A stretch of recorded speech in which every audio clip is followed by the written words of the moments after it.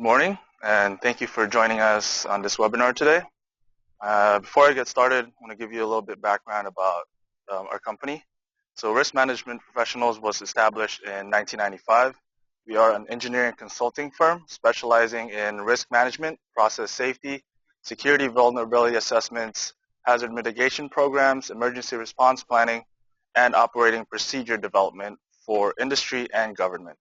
Since its formation, Risk Management Professionals has established an extensive experience base serving clients from a wide spectrum of industries.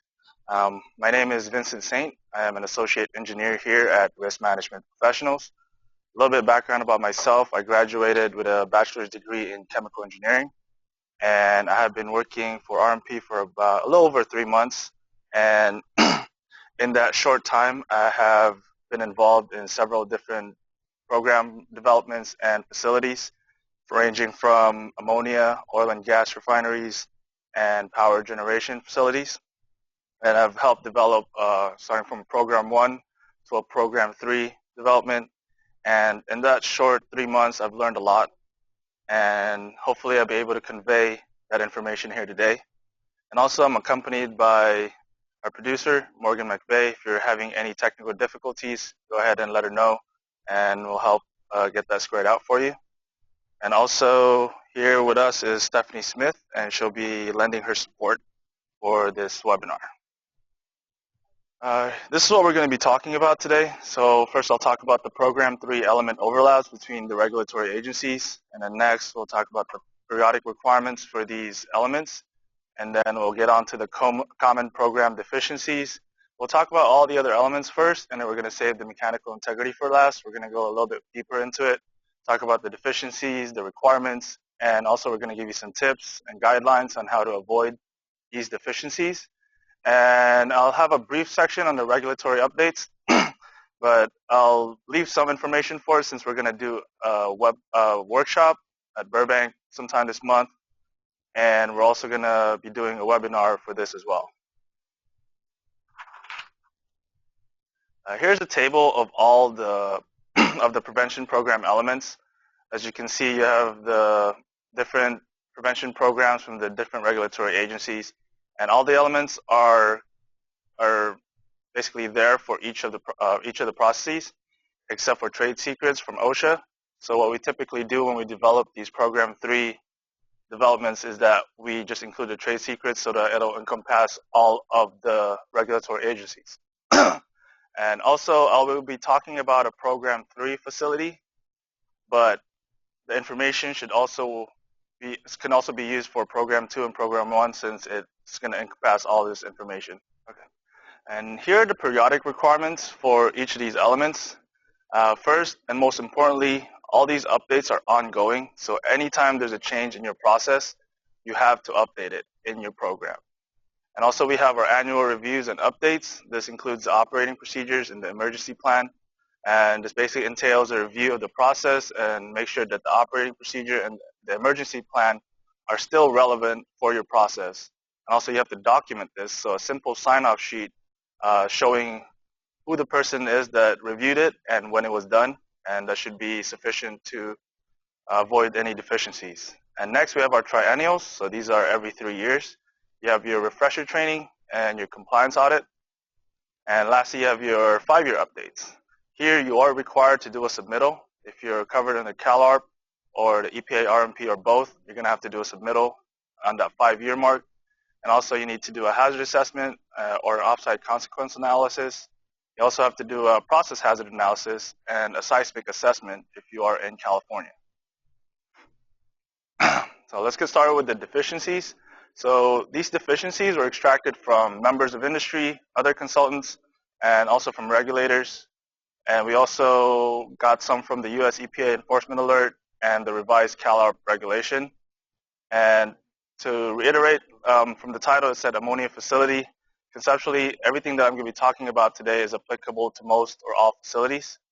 And like I said, we're going to cover mechanical integrity at the end. So let's start with the CalARP RMP submittal. First deficiency you can see here is a submittal is not completed and submitted to the agency in a timely manner. Definition of timely manner is before the anniversary date. And also having an up-to-date management system means you have to document every update as they change.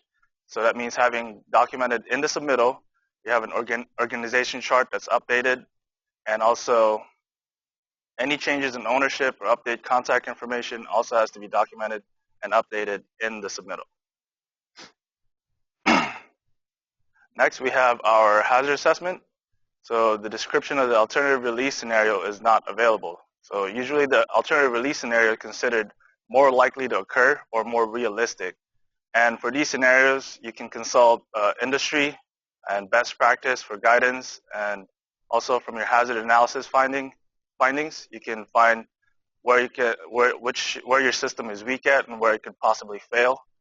And you also have guidance from the regulations in sections 2750.3 to .4, and also for revalidations, failure to update the population count based on the most recent census. So the most recent census is 2010, and the next one is coming out in 2020, so the population will change at that time. So make sure you update your hazard assessment population estimates. And next we have the maps and the list for different regions in California. For LAPC Region 1 and Contra Costa County, you're required to make a list of sensitive receptors within a circle of concern. It's 0.5 for LAPC 1 and 1 mile for Contra Costa County. And also for facilities that are not in those areas, having these maps and lists in your hazard assessment would be considered best practice. Next, we have our process safety information. This section contains a lot of information. Basically, it contains everything about your process. You have your technology, how your process works. You have your P&IDs, operating limits, equipment specifications. And so it's so easy to miss one of these documents. And basically, you also need the updated P&IDs for a valid PHA. So anytime there's a change in your system, you're adding a new equipment, you're removing one, it has to be updated and has to reflect in your P&IDs. And usually some of the, like I said, the deficiencies here will be lack of documentation, like your relief system design, your compliance with RAGAGEP. RAGAGEP is recognized and generally accepted good engineering practices. And also your SDS sheets, which contain a lot of information about the chemicals that you have in your process. And also all this information has to be kept up to date. Now we have our process hazard analysis. So the first one we have here is the PHA not conducted by a knowledgeable person or team.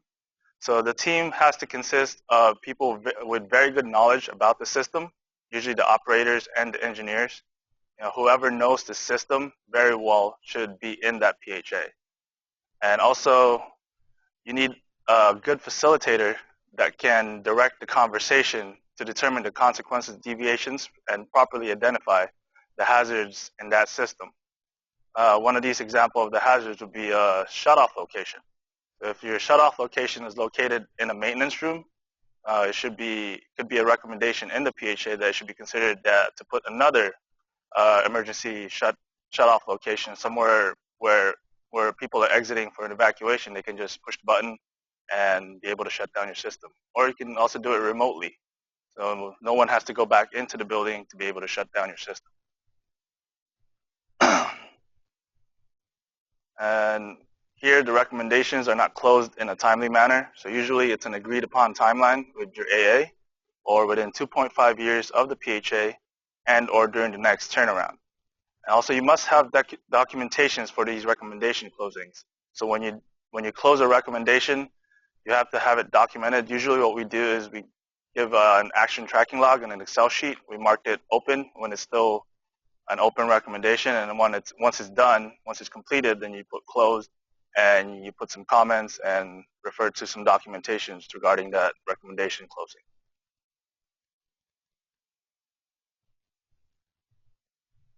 And also revalidations. Revalidations for a PHA can only be done once in between new PHAs. So if you did a new PHA last year, for 2020, your PHA, you can just do a revalidation if nothing has changed in your system. But then the 5 years after that, you'll be required to do a new PHA.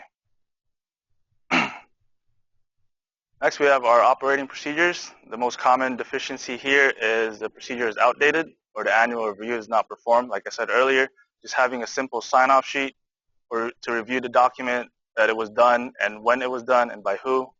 And also, verifying with your operators that the procedures are correct to what occurs in the field. So it has to be the exact same. Whatever the operator is doing in the equipment should be what's written in the operating procedures. And also the operating procedures should be in a state that they can be used in an emergency.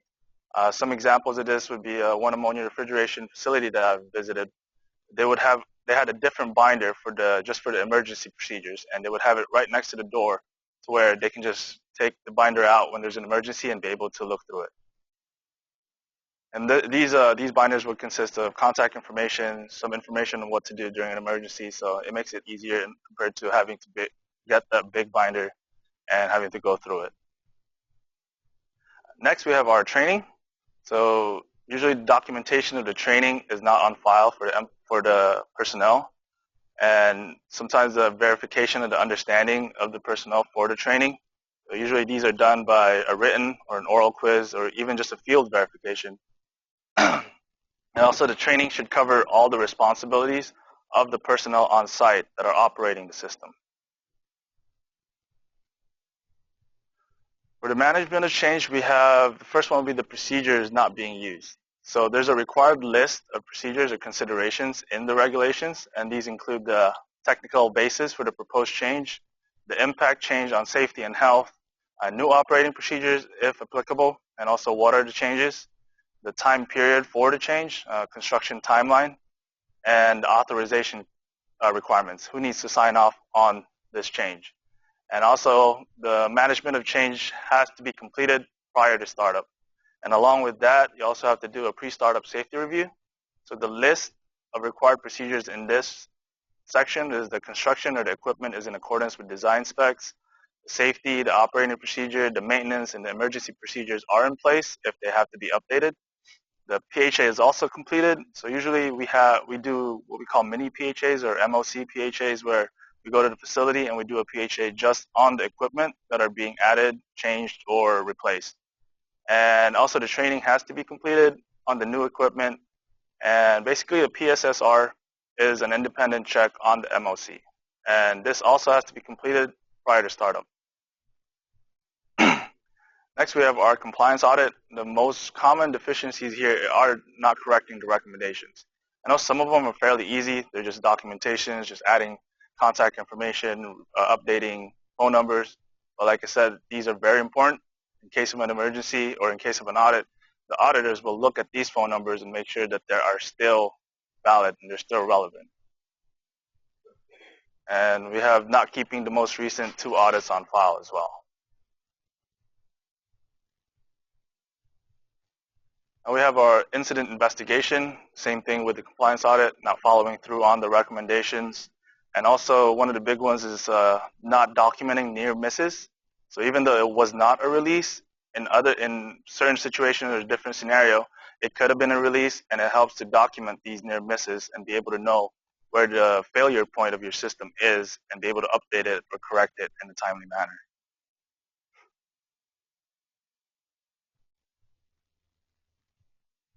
And here we have employee participation. So the whole purpose of this program is so that anyone associated with the process should have the resources to find out more about the process, know what to do in case of an emergency. So the personnel should be involved in the process and have access to this documentation. And they should also be involved in the development, especially operators, since they know more about the system and they can have more input into what should be put into the program. And also the documentation should be available for them. It should be in a communal place, or it could be somewhere where they can have access to it or just ask permission and be able to read through it. We have our hot work permit. This is pretty self-explanatory. Basically, just the personnel should just be trained and should be knowledgeable in the procedure, document the records, and verify the hot work area as supervisor. And same with the contractors, just have documentation where the contractor is coming into your site, make sure they have their training, the procedures for the process that they're conducting, and also have a visitor or safety training for the contractors, and evaluate your contractors as well on a regular basis. And for the emergency planning and response, there's the emergency response plan versus the emergency action plan. First thing is that not knowing the difference. So when you don't know the difference, then you're not going to have a correct plan in place. And if you don't have a correct plan in place, then you're not going to be able to meet the requirements by the agencies. So the difference is the emergency response plan is that your personnel are going to be responding to the facility. You're going to do something about the emergency versus an emergency action plan to where they're just going to have a certain action, usually an evacuation, sometimes a shelter in place if there's no other means of an evacuation. And also, contact information should be up to date, and it should be reviewed annually and documented that it was reviewed, and training should be performed as well. Also, if you are going to coordinate with your local agency or your fire department, you should have documentation of the meeting took place, and also have the written response procedures if you are a responding facility, and you would need all these information. Okay, so for the recommendation follow-up, so we have a few tips here on how to avoid these deficiencies on the recommendations. So basically you can assign an individual to follow up on the recommendation completion. So just have someone keep track of these recommendations and put an anticipated date of completion. Usually you can coordinate with your local agency or your UPA with a timeline, and also make sure you have the documentation. You're going to hear me say it over and over again in this webinar. Documentation. Everything needs documentation. If you don't have it, then it didn't happen. So now we go to the mechanical integrity. What is mechanical integrity? There's two ifs from the CMA, Chemical Manufacturers Association's Process Safety Code of Management Practices, that they state is that if it is properly designed, fabricated, installed, and operated correctly, that's one if. Second if is if it is adequately inspected, tested, maintained over the life of the facility. So as most of you know, the mechanical integrity encompasses the facets of that second if. And also a less rigorous requirement for the simpler RMP and ARP programs is called the preventative maintenance. And I know the mechanical integrity is for reliability, so your system keeps running. However, the focus we have here is for the safety. So this could be applied to basically all the equipment in your process, your tanks, your pressure vessels, your emergency shutdown systems, even rotating equipment, and especially any device that might be listed as a safeguard in a hazards analysis. These are the requirements of your mechanical integrity. So you have to have established and implemented written procedures on how to maintain the integrity of your equipment. You also have to have the training of your maintenance and inspection personnel. And for your preventative maintenance, you have to have the inspection and done on your process equipment, and also the frequency of these tests. It all has to be documented on your program. And also the equipment deficiencies. Now this is a lot less standardized and a little bit more site specific. So for the process of correcting deficiencies, for example, when an operator comes back from an inspection and finds that the level indicator on the process vessel is outside the specified range, then this process needs to be outlined clearly in the mechanical integrity procedure.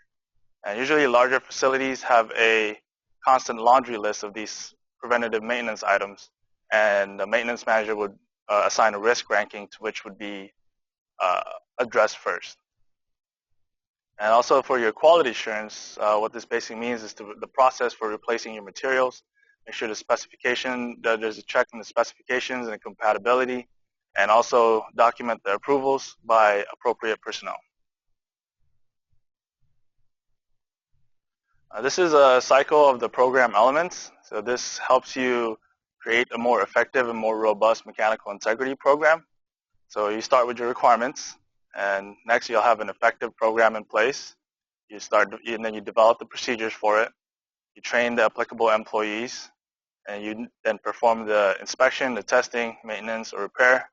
You document what was done, who did it, and when it was done, and then you can gather some feedback, and then you can just go all over again and start updating changes and improve on your mechanical integrity element.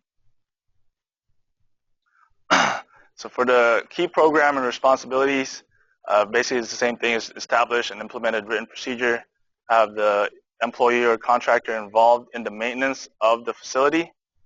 It's given an overview of the process and also its hazards, and make sure that your employee can do the job tasks in a safe manner, and the regular inspection of the equipment and testing of the equipment is being done, and also maintaining the inspection, the testing, and the maintenance record. Here are the program formulations for how to create an effective mechanical integrity program. So you have for testing, maintenance, and activities. For a most robust mechanical integrity program, you want to get some information from industry best practices and manufacturer's recommendations from your process hazards analysis results. And also you can tweak it based on your facility. Not all facilities are the same. Some run 24/7, others run 2 or 3 days a week. So it depends on your facility, so you can cater to what would be best for your specific site. Here are the recognized, generally accepted industry standard governing documents. So as you can see here, you have your pressure vessels, your storage tanks. These information they give you information on how to size your equipment, when to maintain it, how to maintain it. Most of these equipment can be found, and most of these information also can be found online. So they're available for you when you need it. Here are the program modifications. So these are very important since the premature failures. In case of premature failures, it should be evaluated or investigated as part of the incident investigation or near-miss procedures. And also isolation valves in particular need to be evaluated during periodic inspection so as to protect against premature failure. Here's an example of a compressor suggested maintenance. So here it shows when the checks need to be done and what items need to be checked. So the only thing that's missing is how. So that's what you will develop for your facility. And you can develop it in accordance with industry practices, equipment manuals, and also from your process hazard analysis. And also you can change it here or there for your specific facility and your needs. And here's an example of an excerpt from the standard documentations. So it says here the pressure relieving devices in typical process should not exceed 5 years unless service experience indicates that a longer interval is acceptable. Like I said, cater to your own facility and make the mechanical integrity work for you. Here's a little bit of a spectrum on how to implement your mechanical integrity. I'll be talking a little bit more about this in the next slides. So to implement it, there's a wide variety of approaches. You can always have the old school post-it notes on a calendar, but usually nowadays you have computerized maintenance management systems, so it can give you notifications, reminders, alerts on when to do or what to do on your maintenance. And also these software can also track data that are necessary for your mechanical integrity program. You could have your testing frequency, inspection, preventative maintenance, the procedures that are required, and you also have your safety precautions. So all this data should be available in your mechanical integrity to have an effective program.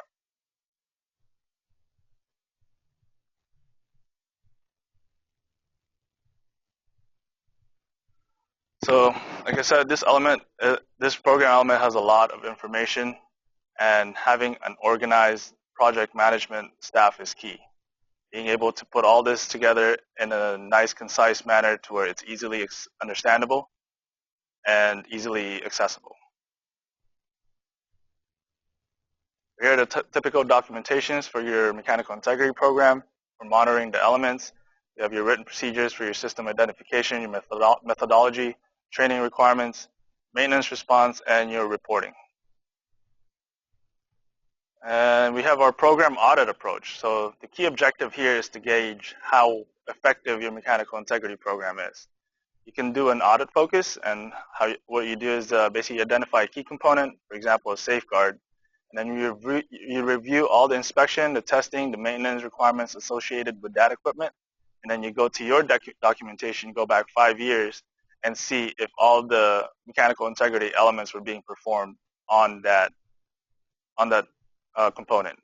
If you did it, then you're good. If you didn't, then something has to be changed and updated or updated in your program. And also here are other audit techniques. You can use audit protocol, documentation review, a site walk down, and even interview your personnel, your operators, and document your audits. Here's an example of a site walk down. So when you do a site walk down, you verify that the safety equipment has been tested and it appears fit for service, unlike this eyewash shower. So here are the common deficiencies in your mechanical integrity. You have your written procedures are not available, not complete, or not implemented. Like I said, these programs are meant to be used. They're not meant to just be stored in a shelf and not be touched for the remainder of the life of the process. And also, your inspection or maintenance are not performed or not documented, and the equipment deficiencies are not corrected or in a safe or timely manner. And documentation. So not documenting your preventative maintenance schedule with the contractor, your quality assurance plan is not in place, and there's not enough information for piping equipment to understand the hazards and to develop a maintenance program. Here are a few tips and best practices on how to maintain your mechanical integrity. You have, like I said earlier, organization and internal accountability, the availability of the equipment specifications, and having a clear definition of what the regulations require. And also, you can use the softwares for tracking, generation of work orders, documentations, and all other track data that I mentioned in the previous slides. And also, a fix at failure and maintenance strategy may not be acceptable. It shouldn't be acceptable. You shouldn't wait until your equipment fails before you try to replace it or try to upgrade it. And also, the preventative maintenance program could be based on the manufacturer recommendation or best engineering practices. Also, if you use a contractor to maintain your facility, you must still develop a written schedule of what is being replaced, overhauled, or cleaned, and on what frequency. So in summary, it's the second if, mechanical integrity. It's a very important issue for the safety and health of personnel, the public, and the environment. It is a very known challenge in the industry, and it's one of the most frequent cited for deficiencies. And as well as has safety importance, balanced application of the mechanical integrity is also good for business. This is our tips for the most common program-wide deficiencies for all the program elements. Recommendation follow-up. For your compliance audit, your PHA, your incident investigation, make sure that you follow up on those recommendations. And when you do follow it up, you need to have documentation. You have to have proof that you did it and it's closed and it's been done. So if these are missing, then there's a deficiency. Here we'll talk a little bit about our regulatory updates. I'm not going to go into much detail since we are going to have a workshop on this, and we're also going to do another webinar. I'm not sure on the dates yet, but we're going to post that on our website when it does become available. So here we have our current PSM elements. So you're all familiar with this, what we talked about in the past 40 minutes. We have our employee participation and process safety information. And here are the impact categories for the new changes. So green indicates minimal changes to regulation and minimal effort. Orange indicates moderate changes and moderate effort. And red indicates an entirely new element and significant effort needed for compliance. So here are the proposed changes. So they're adding about 6 new elements, and they have about 7 elements that have moderate changes and would require moderate effort for compliance. Here's a list of them. So for your mechanical integrity, in California, now you have to do a damage mechanism review. Now, it's important to note that these regulations are slated only for high hazard facilities at the moment, but it could usually trickle down to all the other facilities as well. So if you want to learn more about it, you can contact us or check our website. We have our updates there, and we can give you more information regarding these updates. And any questions?